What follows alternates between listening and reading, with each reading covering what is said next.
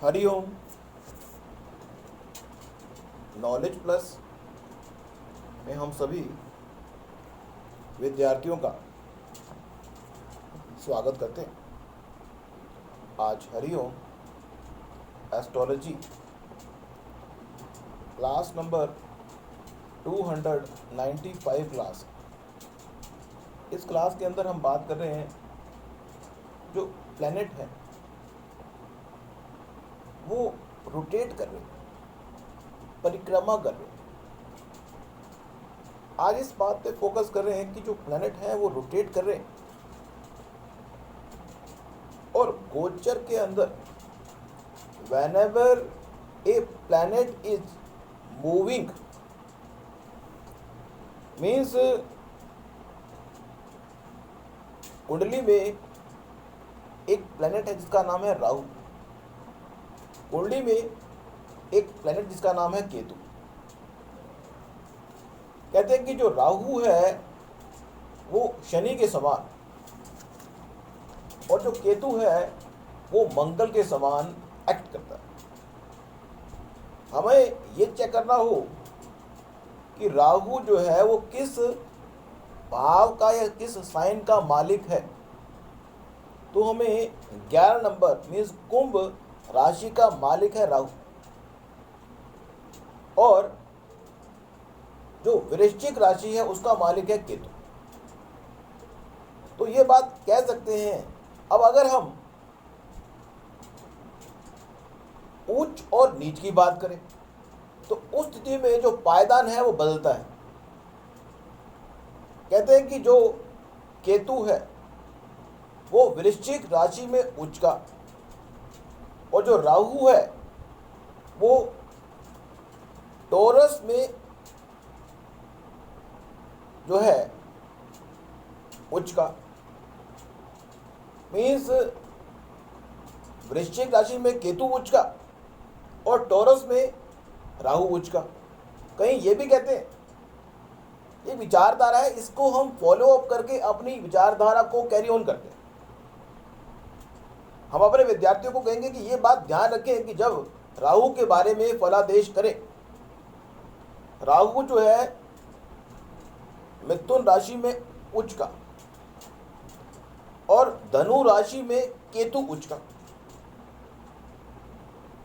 ये बता दिया हमने। अब हम बताने का प्रयास ये कर रहे हैं कि जब भी कोई प्लैनेट राहु की दिशा में मूव करता है तो वो व्यक्ति संसारिक सुखों को प्राप्त करने के लिए वो प्लैनेट प्रेरित होता है।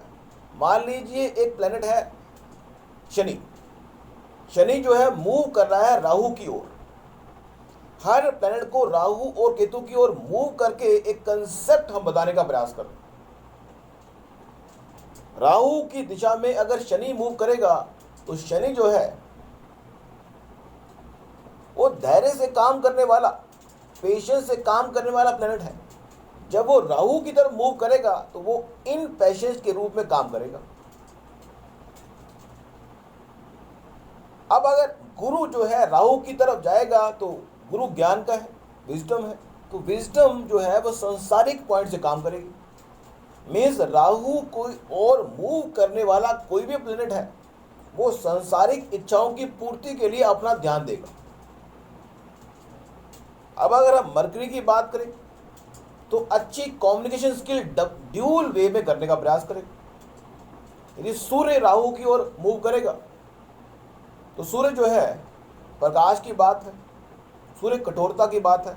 नेता जो है सांसारिक पॉइंट से अपनी बात को कहेगा।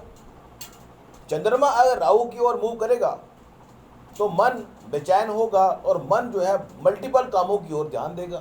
राहु एक प्रकार की ऐसे कामों को करने की ताकत व्यक्ति को मन में देगा कि वो मल्टीपल तरीके से कर सके। मल्टीपल तरीके से काम करने की जो ताकत है वो राहु में। अगर मंगल जाएगा तो एग्रेसिव होके मल्टीपल तरीके से एग्रेसिवपन दिखाएगा।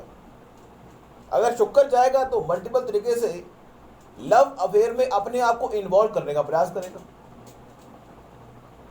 तो इस तरह से सूर्य जाएगा तो मल्टीपल तरीके से गवर्नमेंट सेक्टर में अपना हाथ अजमाने का प्रयास करेगा। चंद्रमा जाएगा तो मन के माध्यम से कुछ बड़ा करने का प्रयास करेगा। शुक्र जाएगा तो लव अफेयर में इन्वॉल्व हो सकता है। अगर बुध जाएगा तो अच्छी कम्युनिकेशन स्किल कर पाएगा। गुरु जाएगा तो मल्टीपल लेवल पर लर्निंग करने का प्रयास करेगा। शनि जाएगा तो पेशेंस को इन पेशेंस में कन्वर्ट करेगा। लेकिन अगर यही प्लैनेट राहु को हम छोड़ते केतु की तरफ चले जाएं, केतु जो है ब्रेकअप की बात करेगा। शनि यदि गोचर में अपना मूवमेंट केतु की ओर दिखाएगा तो कहेगा मुझे काम करना ही नहीं।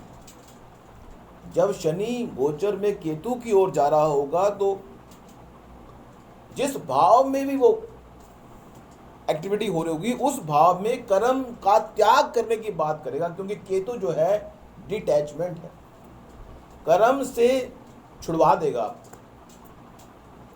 राहु ना गुरु जा रहा होगा तो वो ज्ञान की बात नहीं करेगा, गुरु की बाती को छोड़ देगा। शुक्र जा रहा होगा तो वो लव अफेयर से अपने आप को ब्रेकअप कर लेगा।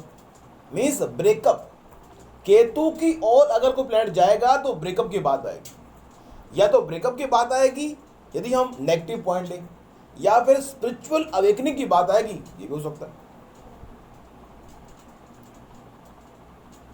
तो यहाँ पे हमने राहु और केतु को एक मेन हीरो के रूप में बताया, लेकिन यदि हम मेन हीरो के रूप में सूर्य और शुक्र को बताएंगे तो अलग एस्पेक्ट आएगा। उसकी जानकारी हम किसी अन्य टॉक में दें। Thank you so much.